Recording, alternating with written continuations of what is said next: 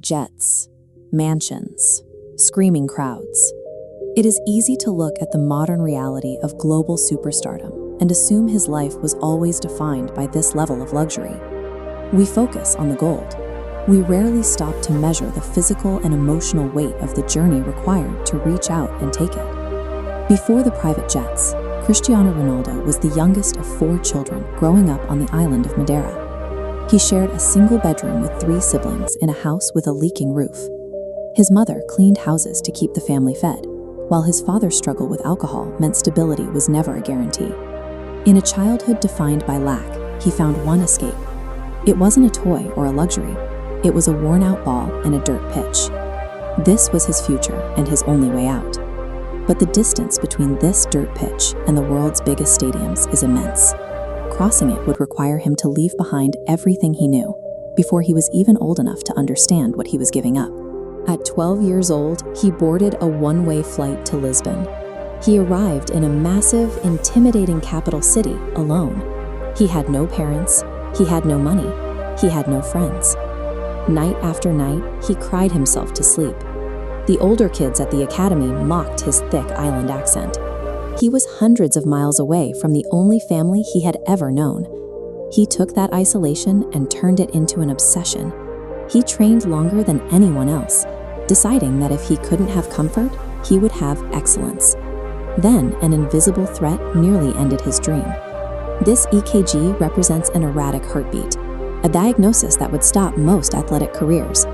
Doctors warned him he might never play again.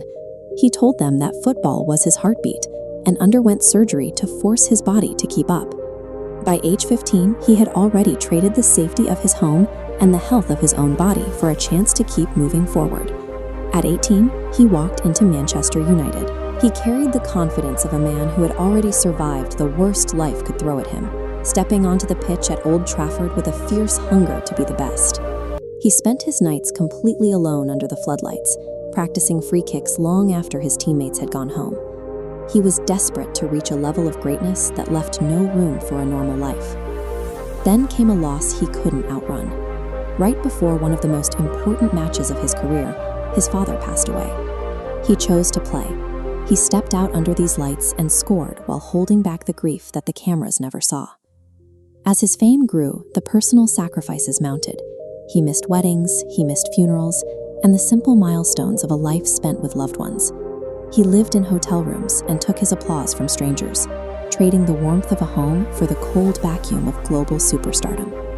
Look at the man today. He is the survivor of a journey that would have broken most people. The jets and mansions are more than just wealth.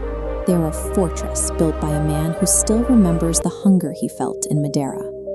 For 20 years, he carried the expectations of an entire nation, transforming himself into an icon who proved that where you start does not define where you finish. But the real payoff for those years of isolation is personal.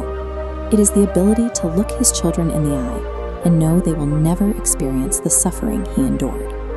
Cristiano Ronaldo's career is a matter of record, but his legacy was built in the moments we didn't see, the pain he turned into power to ensure his family would never have to.